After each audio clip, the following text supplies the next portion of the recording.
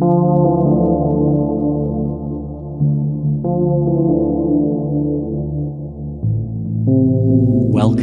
to Nature Therapy Online.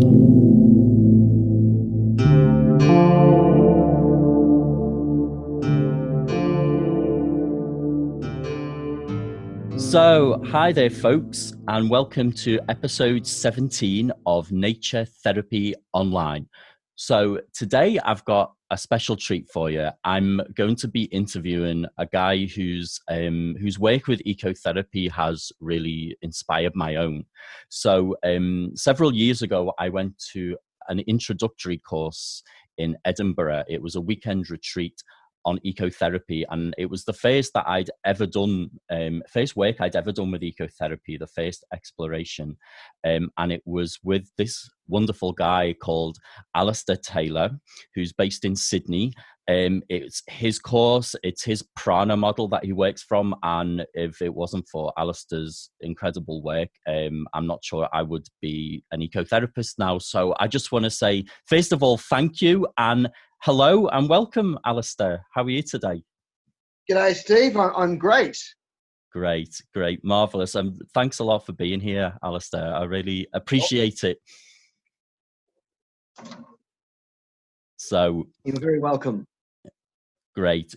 So great. Yeah, I was wondering if you could tell us a little bit about your work with PRANA Ecotherapy, Alasdair, and maybe what it stands for and what you're doing at the moment. Yeah, the word prana may sound familiar to some people, especially those who've done yoga or looked at Indian spirituality or medicine. I believe in Sanskrit it is equivalent to like the breath or the life force. And I didn't select that name because of that meaning. I was sitting by a waterfall in the Scottish Highlands 5 years ago, trying to work out what I would call this methodology I'd developed. And I thought, what is it?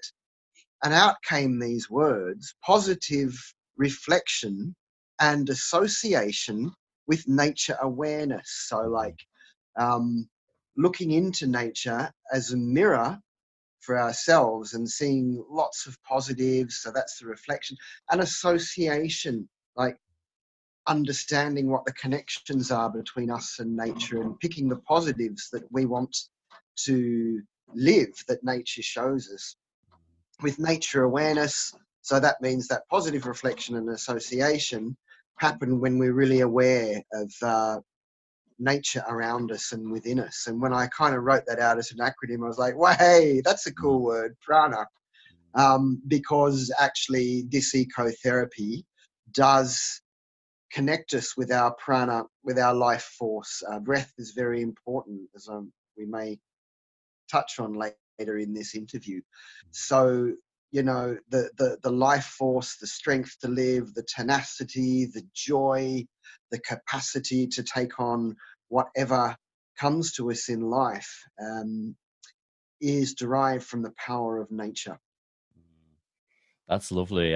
And it's such a great explanation, Alasdair. I love the connection with the breath as well, because, you know, for me, you know, that was where my journey with ecotherapy started, actually, with practicing mindfulness outdoors. And before I even knew the word ecotherapy, that's how it kind of came to me. So it seems really apt. And I think, you know, it makes a lot of sense. I mean, you've given a really good explanation of your own model of ecotherapy there. So, and you know, the question I'm going to ask is one that I always ask ecotherapists when I interview them, but I appreciate that it's not that easy to answer, even though it should be. So, I mean, how would you define ecotherapy, if you would, to somebody who'd never heard of it before?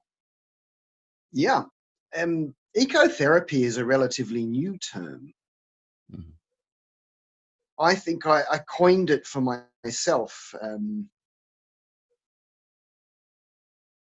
I can't remember whether it was before the prana word came to me or not, but my 9-step methodology, the prana method, is a modality of ecotherapy. And so the therapy part is obviously something that's empowers us to be healthy, that heals, and that also sustains our well-being. Doesn't just make us better in the short term. It's something that sustains our well-being. That's what therapy is to me.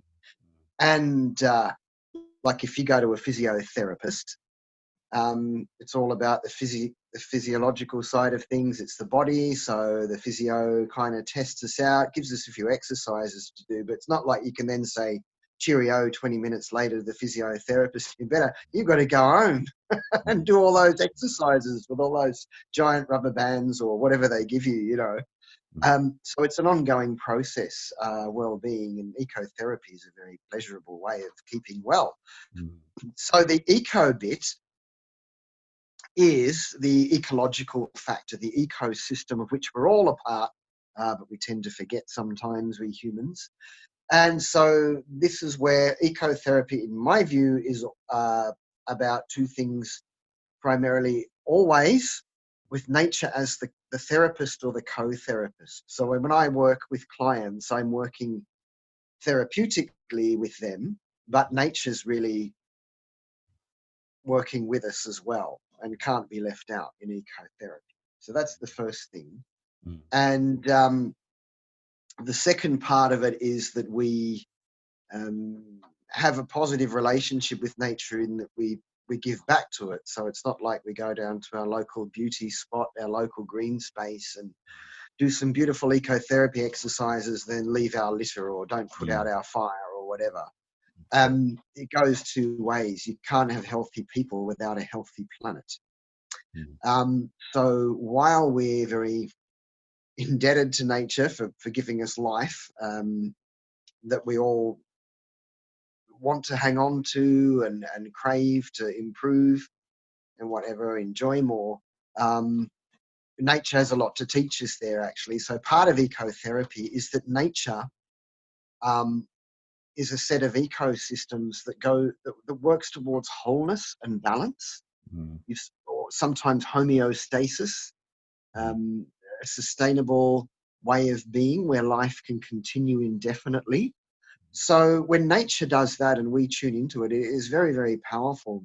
For example, in the morning, you know, wild nature particularly has a way of waking up that might be different to what a lot of us humans are used to. So what does a little bird do in a tree when the sky becomes light and the sunrise is coming? It sings. It sings. It may ruffle its feathers, but the first thing it does is it starts to sing. And it doesn't say, oh God, the alarm's gone off. I don't want to get up. Oh, I've got to drag myself up. Oh, I'm going to be late. Oh, why am I doing this in my life? I don't know what I'm doing with my life. I'm so depressed. I hate my life. It sucks.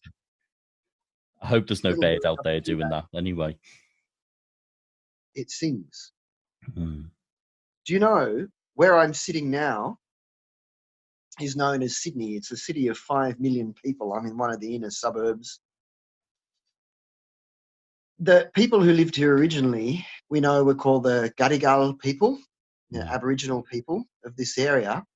And the very first British colonists that came wrote down a lot of what they observed. And one observation that they observed around Aboriginal people was that at dawn, the people would sing. Wow. They'd make these noises which the writers, the colonial writers, couldn't quite describe. It's a shame they didn't have sound equipment. The people would sing up the dawn along with the birds. Beautiful, you know. Absolutely beautiful, and also, you know, it's really interesting how, you know, the West is really only just waking up to this connection with nature, you know, in a modern context, at least, you know, the capitalist West, if you like, you know, waking up to how important things are, and, you know, important our environment is, you know, to you know, as you say, like our own sustainability and also our own well-being. And yet, you know, it's taken us so long to go around in such big circles and get to and get to this point that other people in indigenous cultures have been aware of since since they were there. Absolutely. Indigenous cultures, I probably don't have words for ecotherapy because that was life. Mm-hmm. And yes, there were healing traditions and such like, but that was life. It was the healthy homeostasis. Obviously, when cultures and civilizations collide, there's great disruption. That's what happened in Australia. But yeah, I think people are valuing nature more for mental health. That's been a big thing. I've seen a shift in that. Yeah. I felt that maybe 8 or 9 years ago when I first started doing this work with other people. I've been doing it with myself for over 20 years. Mm. But yeah, with other people, I really had to, I felt huff and puff a bit and really argue the case as to why taking people out into nature made them healthier, was Mm-hmm. better for their well-being. And it's been a long grind to convince health authorities and such like that this is the case. But I've noticed, I did a search for something and I put ecotherapy into the search engine and all this websites came up, ecotherapy this and ecotherapy that. Now, that was not the case 5 years ago when Mm-hmm. I started my social enterprise, Earth for Life, which did ecotherapy programs in Scotland. And a lot of these sites are based in the UK, actually. So I think you guys have, in the Western world, you guys are picking it up real fast, which is good. And I'm glad it's a term that's become popular too. I think it's a term that can get through to people.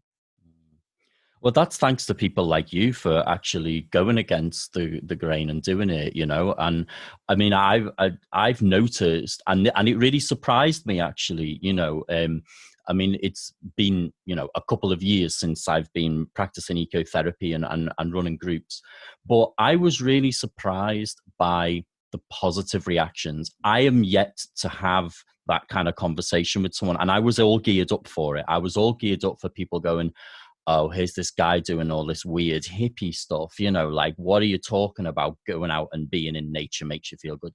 And every person I've spoken to about it has had a positive response. And every mental health organization I spoke to about it, I finished my training and I got in contact with two mental health organizations in Edinburgh, expecting to be ignored, and they both got back to me within a day saying, this sounds great, will you come along and run some groups? So it's not what I was expecting, and I think there is a shift there, and I think it's amazing. And I suppose that leads me on to like something I was quite curious about, because you were doing a lot of your own ecotherapy work and running groups and courses and your Earth for Life organization over here in Scotland to begin with, and now you're based over in Sydney, Australia. So how different, or obviously the earth is the earth, and there are ecotherapy practices that are relevant wherever you are, but are there any differences, do practicing ecotherapy in such different climates and places in the world? I'm curious about that. Yeah, well, I think I see it in different parts of the world. And yeah, like you say, it's one Earth. And we're humans, so we all can have a fantastic relationship with the Earth, no matter what environment or climate or ecosystem we live in. Each one has its peculiarities. So, out here, I guess there's a couple of things. There's two main things where there's a diversity or a difference. Let's say between Australia and Scotland. So, first of all, there's a physical difference. So that means obviously the climate's a bit different, generally speaking. So yeah, where I'm working on the kind of southeastern coastal area of Australia, it's a big country, so there's a lot of variation in climate and weather massively. And what I'm looking at in Scotland is if people have got enough warm weather gear and waterproof footwear. Yeah. So Yeah. that's one thing I'm looking at, because you've got to have a lot of protection from the cold and wet, I suppose. Mm.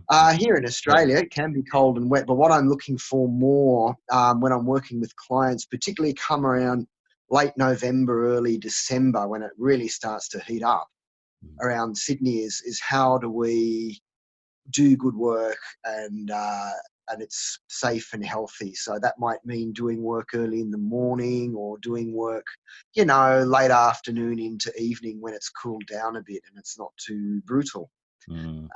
in terms of heat. So that's one. And in Scotland it was great. I was just so often we'd go out into the forest with ecotherapy groups and we'd light a fire. Now, Mm. fire is a fantastic thing for humans. It keeps us warm, which is great. We can cook on it and we can do all these things around a fire. And that includes the making of the fire that are very therapeutic and very good for group bonding. Mm. It's a very primal thing for humans to circle up around a fire. Beautiful. So that was a core thing in a lot of the group ecotherapy I did in Scotland. Now, here in Australia, since there have been humans here, fire's been really important. But again, in the warm months, it may be the case that fires outdoors are totally banned. Okay. So we have to be very, very careful sometimes about fire safety. You've probably heard about the bushfires last summer, So, we need to be respectful of that. And if I'm risk assessing something now, look, in Scotland, I could put my hand under a hollow log or in a hollow log and I'd be all right, Whereas I wouldn't do that here No. because of snakes and spiders and stuff. Mm. That's the reality. We see those things, and it's not like so scary and so dangerous that we can't then go out. We just need to respect the ecosystem, respect the beings that are already here, respect the conditions. So there's some of the physical factors. Now, there are also cultural factors which I find very interesting. Mm. These are important to me in ecotherapy, and it's probably got to do with my background, but it's something I really love blending together. And we were talking about in the West, we're just starting to awaken to the power, to the value of nature, to the need for a healthy relationship with nature. Our ancestors in the West were really good at that. When you go back far enough, especially going back 1,000 and more years. People really depended on living off the land and had certain rhythms and routines and, lived with a closeness to nature that's pretty hard for us to imagine, a lot of us. So I was born in Australia, but I'm of Scottish heritage. My mother's Scottish and my father's side also Highland Scots. So in Scotland, I learned the Gaelic language. I was very interested in the Gaelic folklore around nature, around herbal medicine, and something we might clumsily call shamanism or whatever. The nature poetry is absolutely superb. Praising nature for its own beauty, its own sake, is a very Gaelic thing to do. And that really became part of the work that I shared with people, whether that was sharing my knowledge of traditional medicine or wild foods or telling stories by the fire that brought us in touch with that ancestral wisdom that was so bound up in nature. Not long before I left the UK to come back here to Australia, I developed with a government agency. I developed a Gaelic language wild food foraging education pack for Gaelic speaking school children. That's amazing. So there was a beautiful weaving together of nature, of the great knowledge and esteem that nature was held in by ancestral cultures in Britain, and Scottish Gaelic culture isn't the only one. Extant ones, Welsh culture has it richly. If you go back far enough, the Anglo-Saxon culture is fantastic. The nature connection and stuff, it's really magical. So that's important. Now, though I was born here in Sydney, Australia, I don't have any Aboriginal ancestors, and I wasn't born into any Aboriginal heritage.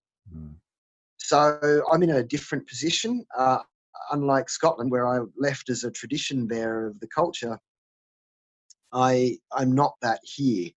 And so I've had to go out with Aboriginal elders on the land, even in urban green spaces in Sydney, and start to learn the way they look at things and the way their ancestors interacted with nature on a physical level, food, materials, and on a spiritual level with their dream time and with their ceremonies. And so, yeah, it's like back to square one in a way. And I'm learning a bit of Aboriginal language, and I've met some beautiful elders of different Aboriginal tribes who are willing to teach non-Aboriginal people some of the knowledge, because they know the more of us, the more that we non-Indigenous people take the knowledge up, the more we learn to love the land, the sooner we'll stop trashing it. Mm-hmm. Unfortunately, huge mining corporations here have just got into a lot of trouble for deliberately blowing up 40,000-year-old Aboriginal sacred sites. Oh. This utter contempt at that level. And that's just been the story since colonisation. So there is a bit of a sea change just beginning, where more and more Australians are beginning to respect nature, respect the land, understand that if we want it to nourish us, we have to nourish it back. And Indigenous people, Aboriginal people, are very helpful there. So what I can do, I would not pass on Aboriginal knowledge without permission from Aboriginal elders. But what I do in some of the little videos I make that I put on my Facebook page, I'll acknowledge who the traditional custodians of the land are wherever I am. Mm. And yeah, if it's appropriate, you know, sometimes I'm actually sitting in an old camp where there's like millions of shells piled up next to a cave, because that's where Aboriginal people live. So I always make sure that there's, you know, that's acknowledged.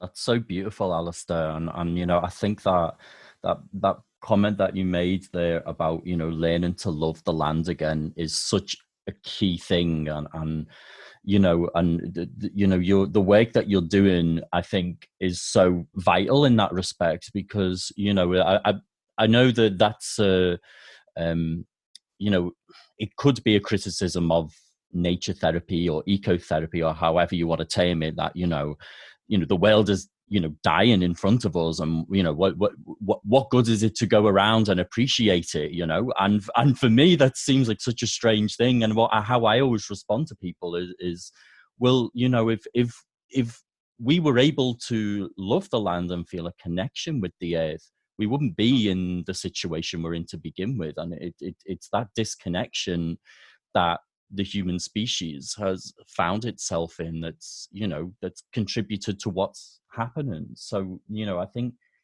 tuning into the wisdom, you know, of indigenous cultures, of you know, and as you say, of our own ancestors in the West as well, because you know, this culture of destroying the earth has not been, you know, how it's been forever, and that's not been, you know, human history from day one. And it's so important to recognize that they're actually, we're going back to the world's roots and humanity's roots when we do this.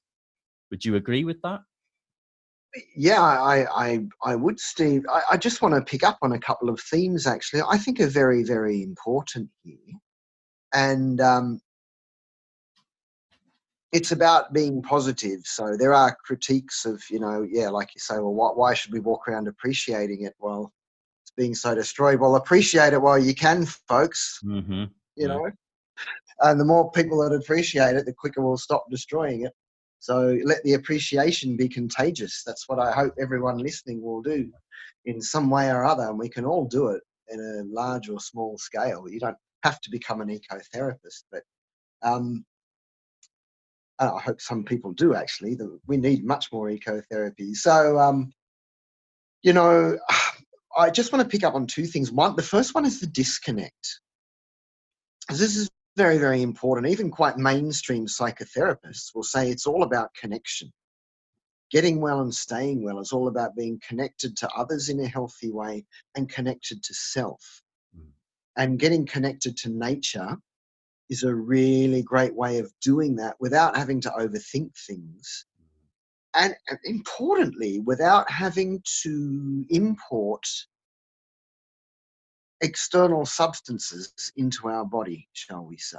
Mm. So if you want to talk about indigenous people, there was a Native American elder early 20th century. I can't remember his name for sure, so I won't try and quote it. And he said, oh, this culture of the white man in North America, it's the aspirin culture. Every time you feel a pain, you kill it. And this modern culture has been less about connecting and more about slaving away and then medicating the pain of living a life that on some level of our personality, our being, we know is not really right. Mm. Whether that's wage slavery, stress, so we come home, we try to de-stress in legitimate ways, and the advertising world knows we're stressed, so they want us to buy their stress relief: alcohol, chocolate, television, gossip, screens, PlayStations. Mm. But those medications don't make us well. Now, in Scotland, I don't know how up to date my statistics are, but back, around 2011, 1 in 7 human beings in Scotland were currently on antidepressants. That's not 1 in 7 adults. 1 in 7 people in the whole population Wow. were on antidepressant Yeah. medication. Yeah. I think it's roughly Doesn't the make you same. better. Mm. Doesn't make you better. Manages the symptoms. Mm. Okay. Never meant to be on it really long term unless there's some serious illnesses there, psychosis, schizophrenia, other things. I won't go into the detail. Medication has its place, but it's almost constantly used now. And we disconnect and we disconnect and we disconnect. Mm. Okay. And then all kinds of things happen. We have physical illnesses like obesity, knock-on effects of excessive drug, alcohol, tobacco use. We have domestic violence because people are unhappy and don't know what to do with that. And we have, I don't know the latest UK stats, but I'm very concerned about the increasing suicide rates in Australia, Mm. particularly among 13 to 24-year-olds. Wow. Yeah. So it's oversimplistic to say it's simply nature disconnection. All I'll say is this, is that nature connection and nature reconnection can do a lot for people, you know? Mm. So that's one thing. And getting back to our roots as humans, we've got to face up to it someday, folks, Mm. that nature is the number one thing that keeps us well, and keeping connected to it keeps us well. And you just can't miss that out. So Mm. healthy people, healthy planet, you cannot have one without the other. Mm. Mm. Absolutely. And I just, was nodding in agreement so enthusiastically with so much of what you were saying there, Alasdair, and it got me thinking, as what would be a really, really nice thing to ask of you before we begin closing up the interview is to perhaps share 1 or 2 ecotherapy exercises that our listeners could try out for themselves. If there are any, simple ecotherapy exercises that you would recommend people could try. Sure. Oh, let's do one right now. Okay. So whoever's listening, wherever you are, you can do this, even if you're walking with your earphones in. All right. And as we do this together, just imagine that the optimum place to do it is somewhere outdoors and relatively peaceful. That's the optimal place to do it. But, if you've got a nice big window that overlooks something fairly pleasant, you could do it there too. But you can do it even if you're sitting indoors at this moment. Let's just do it because it still works. It just works best when we've got wild, natural surroundings. So, yeah, Steve, as you mentioned early on, that the breath is really important. And look, we may feel a lot of things in the world are out of control, but one thing we do have control over, if we're prepared to exercise the consciousness and put the practice in, is our breath. Mm. If we can master our breath, we can master the rest of our life. And I don't exaggerate. Mm. I absolutely stand by what I've said. Okay, so let's have a little taste of that now, and we'll bring in our senses as well. So it's quite a really easy physical one. It can be as short as a few minutes, and I recommend this every day, every day. Okay, and it's not a lengthy thing, it's not a difficult thing, so it's easy enough to incorporate into life. So wherever you are, if you can close your eyes, please do so. If you can sit down, just make sure both feet are on the ground and you're comfortable. If you're lying down, lucky you. So just breathe in through your nose and gently out through your nose. And don't take massive breaths and strain to hold them in. Make this a nice natural breath, maybe a little deeper. Gently into the bottom of your lungs and out again. Just feel what's happening. Can you feel muscles relaxing? Can you feel something changing inside you? Keep breathing in gently through the nose and out, nice and regular, longer breaths than you normally take. That's it. So this is what it's like to begin to breathe with consciousness, in consciousness instead of unconsciousness. Keep that breathing going gently in through the nose, out through the nose. And now we can practice a little awareness. So just keep the breathing going as I talk. So I invite you to tune in to what you can hear right now. 360 degrees surround sound. Try and identify each sound, loud or soft, near or far, and where it's coming from. There you go. You're probably a lot more aware of all the sounds than you were a minute ago. So you can sit with that as long as you like, but for the purposes of this podcast, we'll move on to the sense of smell. It's a powerful sense. The olfactory nerves go right into our reptilian brain. It's a primal sense for hunting, surviving, identifying. Just breathe in gently through the nose and out through the nose. As you do, what aromas can you smell? You may be able to name them, you may not, but see if you can separate their identities and make a little list. The smells, strong and subtle, near and far, known and unknown. Beautiful. We'll move on to the next sense. Again, you could do this for as long as you want. We'll just move on to the sense of taste.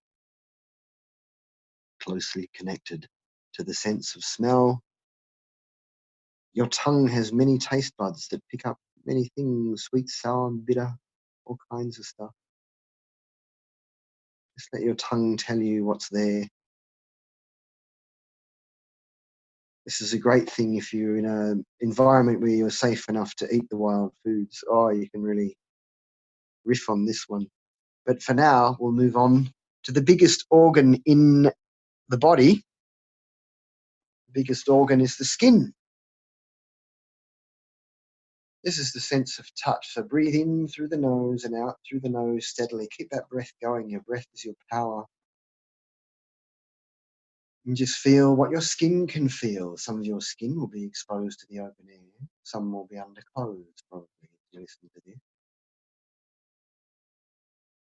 Just what does your skin feel? Start with the head. Go down all the way. Neck, shoulders, up, torso, pelvis, leg, feet, toes. Yeah, the whole thing. What do you feel? It's cool, isn't it? What do you feel inside? Muscles, organs? Do you feel pressure? Do you feel gravity? Pushing your feet, your backside, your body to the earth, keeping you grounded, holding you just right. Beautiful. Now, sense number 5. Please keep your eyes closed for a minute. I'll talk you through this. In a minute, I'll ask you to open your eyes. And when you open your eyes, please don't move your head. Don't even move your eyes. Just keep your gaze straight ahead, and I'll talk you through the next bit. After 3, I'm going to count to 3. Open our eyes. 1, 2, 3. Open the eyes and stare straight ahead. Don't be tempted to look around. Don't get distracted. Just notice what is in the field of your vision. Notice how big the field of your vision is actually. You can stretch your arms out and wiggle your fingers. until you can see the wiggling fingers of both hands. Yeah, that's how wide the periphery of your vision is. Very powerful. We work with that a lot when we're outdoors doing nature connection. And just be aware, see if you can keep that breathing going with open eyes and just look. And what's it like? What does your body feel like now? Does it feel different to how it did when we started this exercise? Now, if it does, that's because you're reconnecting with breath, reconnecting with the physical world around you and the energy of what's around you. And most importantly of all, reconnecting with yourself, your body, your mind, all those systems that keep you alive in this beautiful world. So, do try this at home. That's it for the exercise. That was beautiful. Thank you, Alasdair. I would really, I would really stress to people as well how powerful this exercise can be, and what I love about it the most is that you can take it everywhere with you. You know, you have your senses, but so often when we're stuck in our minds, we're just not tuned into them. You know, and there's all this incredible life going on around us that, you know, it's so easy to forget it's actually there because we're so lost in our minds. And this exercise that Alasdair has just shared is one that I found has, you know, really changed my life actually. So I would just recommend that to people, especially when your mind is busy and life feels really stressful. Just take a couple of minutes to try that out. And of course, you know, you can do it for as long as you like as well. So thanks so much, Alasdair. It was just really beautiful to hear you share that as well over the radio. Because the first time I ever tried this was with Alasdair at his weekend in Edinburgh. So yeah, really lovely for me as well to go back and hear you guiding on that. So thank you very much. And yeah, just before we end, I suppose, would you let the listeners know, Alasdair, where is the best place to find you online? I will also post a link in the blog post on my website as well at naturetherapyonline.net. But for anyone who's not listening through the website, where would be the best place to connect with you online? Great. Please head to PRANA Ecotherapy with Alasdair Taylor. So PRANA, capital PRANA, and then Ecotherapy, and then my name, Alasdair Taylor. But PRANA Ecotherapy should get you there. That's on Facebook. And I regularly post beautiful pictures. It's been splendid lately because the wildflowers are coming out in Sydney. They're gorgeous. Mm-hmm. And you'll see a series of videos there on a really diverse range of themes about the challenges we face in life and how nature can help us move through them and be well and be really happy. That is lovely. And I would really recommend people go there as well.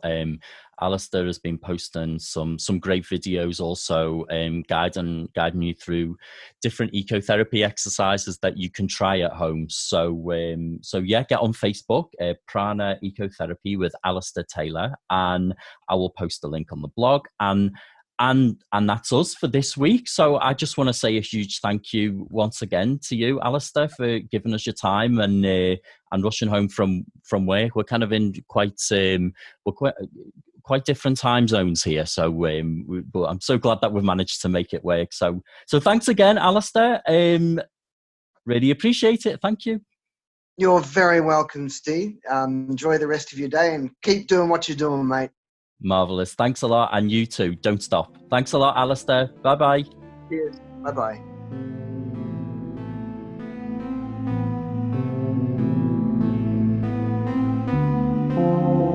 Visit me online at naturetherapyonline.net.